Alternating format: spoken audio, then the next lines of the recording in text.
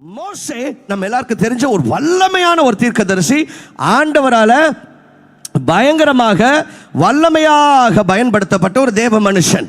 ஆண்டவர் அவரை கொண்டு கடலை பிளந்தார், பயங்கரமான காரியங்களை எல்லாம் பண்ணார். ஒரு நாள் இந்த மோசே ஆடுகளை மேய்த்து கொண்டு அப்படியே அந்த வனாந்தரத்தில் ஆடை மேய்த்து கொண்டு அந்த ஓரே பர்வதம் பக்கமாக வர்றார்.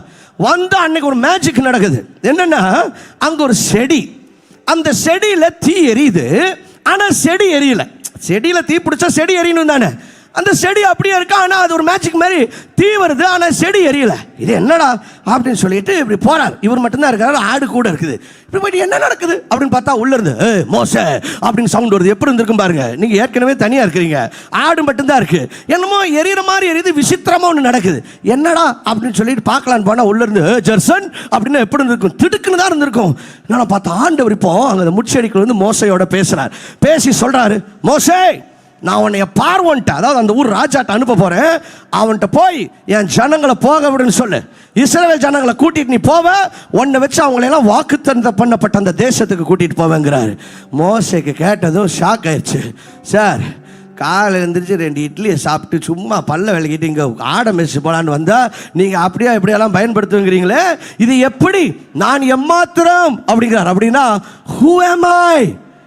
நான் ஆடு மேய்ச்சிட்டு இருக்கிறாளுங்க, அவ்வளோ பெரிய ஆளு வேலைக்கு போய் கூப்பிடுறீங்களே, நான் எம்மாத்திரம், என்னால் முடியாது. பயப்படுறாரு. என்கிட்ட அவ்வளோ பொட்டன்ஷியல் இருக்கா, என்னால் அதெல்லாம் பண்ண முடியுமா அப்படின்னு சொல்லி பயப்படுறார். யாத்திராகமம் 3:11 சொல்லுகிறது, அப்பொழுது மோசே தேவனை நோக்கி, பார்வோனிடத்துக்கு போகவும் இஸ்ரவேல் புத்திரரை எகிப்திலிருந்து அழைத்து வரவும் நான் எம்மாத்திரம். அப்படின்னா எங்க என்னால் முடியாதுங்க, அந்த மாதிரி இதெல்லாம் நான் செய்ய முடியாது அப்படின்னு சொல்லி அவர் பயப்படுறாரு. Who am I அப்படின்னு சொல்லி அவர் பயப்படுறார். ஒருவேளை நீங்க கூட அப்படி பயந்துட்டு இருக்கலாம், இந்த பொசிஷனுக்கு நான் எம்மாத்திரம், என்னால் பண்ண முடியாது, ஐயோ இந்த பிசினஸ் அடுத்த இந்த ரீஜனுக்கு கொண்டு போகணும்னு நினைக்கிறேன், ஆனால் ஒரு பயம், என்னால் அதை பண்ண முடியுமா அப்படின்னு சொல்லி ஒரு பயம். உடனே அடுத்து இம்மிடியேட்டா ஆண்டவர் என்ன தெரியுமா சொல்றாரு? ஆண்டவர் ரிப்ளை பண்றார். அடுத்த வசனத்தில் யாத்திராகமம் 3:12 சொல்லுகிறாரு, நான் உன்னோட இருப்பேன். என்ன சொல்றாரு? சத்தமா சொல்லுங்க, நான் உன்னோட இருப்பேன். இதை எப்படி நான் பண்ணுவேன்? இந்த இன்டர்வியூ நான் எப்படி அட்டெண்ட் பண்ணுவேன்? நான் உன்னோட இருப்பேன். இதுதான் ஆண்டவர் கொடுத்த ரிப்ளை. இப்போ இதே போலதான் கிதியோன் அப்படிங்கிற ஒரு மனுஷன், ஒரு வாலிப பையன், அவனை கொண்டு ஆண்டவர் பயங்கரமான வல்லமையான காரியங்களை செஞ்சார். என்னன்னா, மீதியானியர்னு ஒரு மோசமான ஆளுங்க, ரவுடி பயிலுங்க. என்னது சீரியஸா மோசமான ரவுடி பயிலுங்க, மோசமானவங்க. இவங்க என்ன பண்ணுவாங்கன்னா, இந்த இஸ்ரவேலர் இருக்கிறாங்கல்ல, எல்லாம் அறுவடை பண்ணி போர் அடிச்சு எல்லாத்தையும் மூட்டை மூட்டையாக கட்டி வைக்கிறதுக்கு வெயிட் பண்ணுறது. வெயிட் பண்ணிட்டு இவங்க எல்லாம் பண்ணதும் அவங்க திரள் கூட்டமாக கேங்ஸ்டர்ஸ் மாதிரி கேங்காக வருவாங்களாம். 1000 கணக்கில் வந்து இவங்களை அடிச்சுட்டு இவங்கள்ட்ட இருக்கிற எல்லாத்தையும் அந்த அறுவடை எல்லாம் பறிச்சுட்டு போயிடுவாங்களாம். அப்படி மோசமான ஆளுங்க. இப்போ இந்த கிதியோன் என்ன பண்றாருன்னா, அவர்கிட்டையும் கொஞ்சம் அறுவடை இருந்துச்சு, அதை போர் அடிக்கிறார். இந்த ஆளுகளுக்கு பயந்துட்டு போய் ஒளிஞ்சு, திராட்சை ஆலைங்கிறது ஒரு க்ளோஸ்டான ஸ்பேஸ், அது உள்ள போய் ஒளிஞ்சு போர் அடிச்சுட்டு பயந்து போர் அடிச்சுட்டு இருக்கிறார். திடீர்னு ஒரு தேவதூதன் உள்ள வந்து, ஏய் மைட்டி மேன் ஆஃப் வேலர் அப்படிங்கிறார். எனது மைட்டி மேனா? நானே நைட்டியை போட்டு ஒளிஞ்சிட்டு பயந்து உட்காந்துருக்கிறேன், வந்து மைட்டி மேனா, பராக்கிரமசாலியே அப்படிங்கிறார். கிதியோனுக்கு நம்ப முடியல.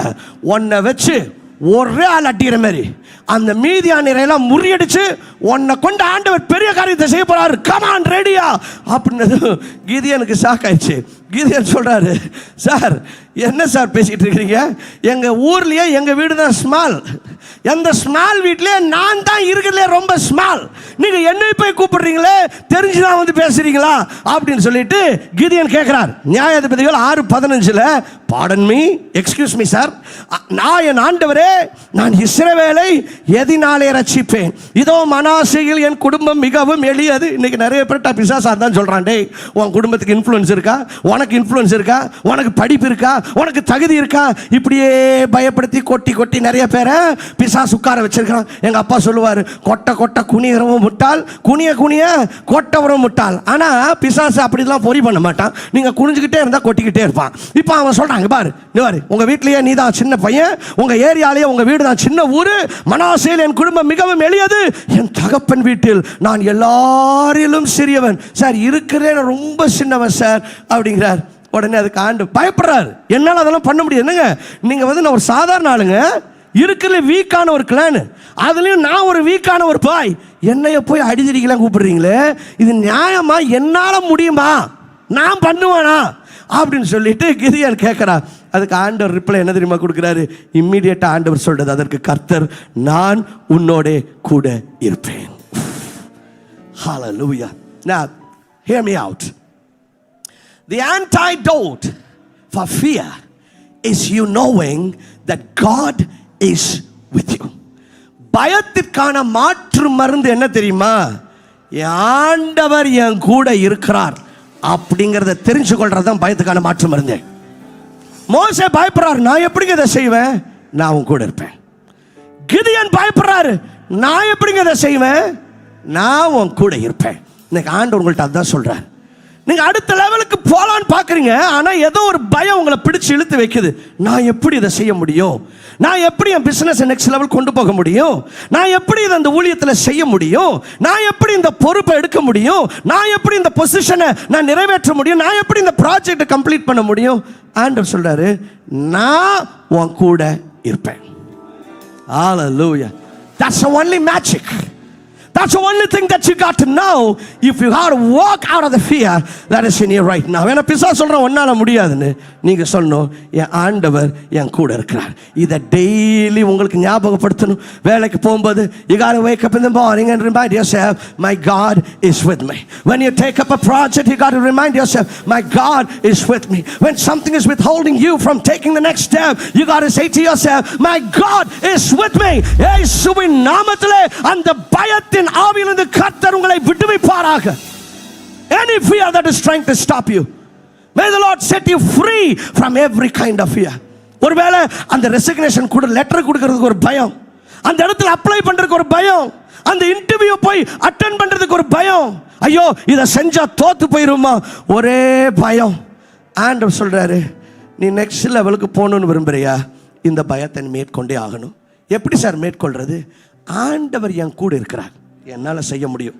அவர் எனக்கு ஹெல்ப் பண்ணுவார் இந்த ப்ராஜெக்டை முடிக்கிறதுக்கு. அவர் எனக்கு ஹெல்ப் பண்ணுவார் இந்த ஜாபை நான் குவாலிஃபை பண்ணுறதுக்கு. அவர் எனக்கு ஹெல்ப் பண்ணுவார் இந்த காரியத்தை நான் வெற்றிகரமாக முடிக்கிறதுக்கு. இன்னைக்கு நிறைய பேர் பயம் உங்களை பின்னால் இழுத்துட்டு இருக்கு. இங்க பாருங்க,